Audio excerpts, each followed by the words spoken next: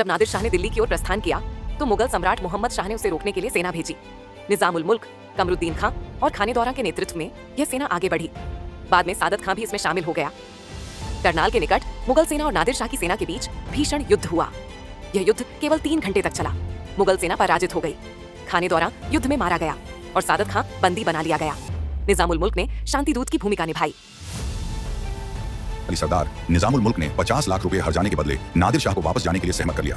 निजामुल मुल्क की इस महत्वपूर्ण सेवा से सम्राट मोहम्मद शाह अत्यंत प्रसन्न हुए। पुरस्कार स्वरूप उन्होंने निजामुल मुल्क को मीर बख्शी के पद पर नियुक्त कर दिया। लेकिन घटनाओं ने एक नया मोड़ लिया। अवध के नवाब सादत खां ने नादिर शाह को सलाह दी कि वह केवल वापस लौटने के बजाय मोहम्मद शाह और निजाम को बंदी बना लें। सादत खां ने आगे सुझाव दिया कि नादिर शाह दिल्ली की ओर कूच करे और वहां संचित अपार धन संपदा तथा खजाने पर अपना अधिकार कर ले।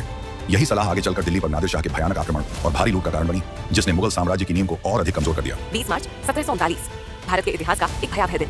फारस का शासक नादिर शाह दिल्ली में प्रवेश करता है। अगले ही दिन शहर में यह अफवाह फैल जाती है कि नादिर शाह की मृत्यु हो गई है। दिल्ली के लोग विद्रोह कर देते हैं और उसके कुछ सैनिक मारे जाते हैं। इस खबर से क्रोधित नादिर शाह 22 मार्च को दिल्ली में कत्लेआम का आदेश दे देता है।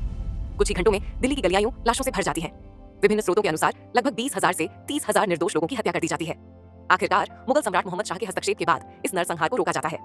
नादिर शाह की यह क्रूरता भारतीय इतिहास की सबसे दर्दनाक घटनाओं में गिनी जाती है, जिसने दिल्ली को वर्षों तक अपने घावों के साथ जीने पर मजबूर कर दिया। नादिर शाह लगभग 2 महीने तक दिल्ली में रहा और लगातार लूटपाट करता रहा। उसने सादत खां से 20 करोड़ रुपए की मांग की, लेकिन जब यह शर्त पूरी नहीं हुई तो अंततः सादत खां ने विष खाकर आत्महत्या कर ली।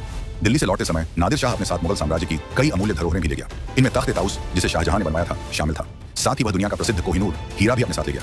इतना ही नहीं, मोहम्मद शाह के संरक्षण में तैयार की गई हिंदुस्तानी संगीत पर आधारित प्रसिद्ध फारसी पांडुलिपि भी नादिर शाह के हाथ लग गई। नादिर शाह का यह आक्रमण मुगल साम्राज्य के पतन की एक बड़ी शुरुआत साबित हुआ, जिसने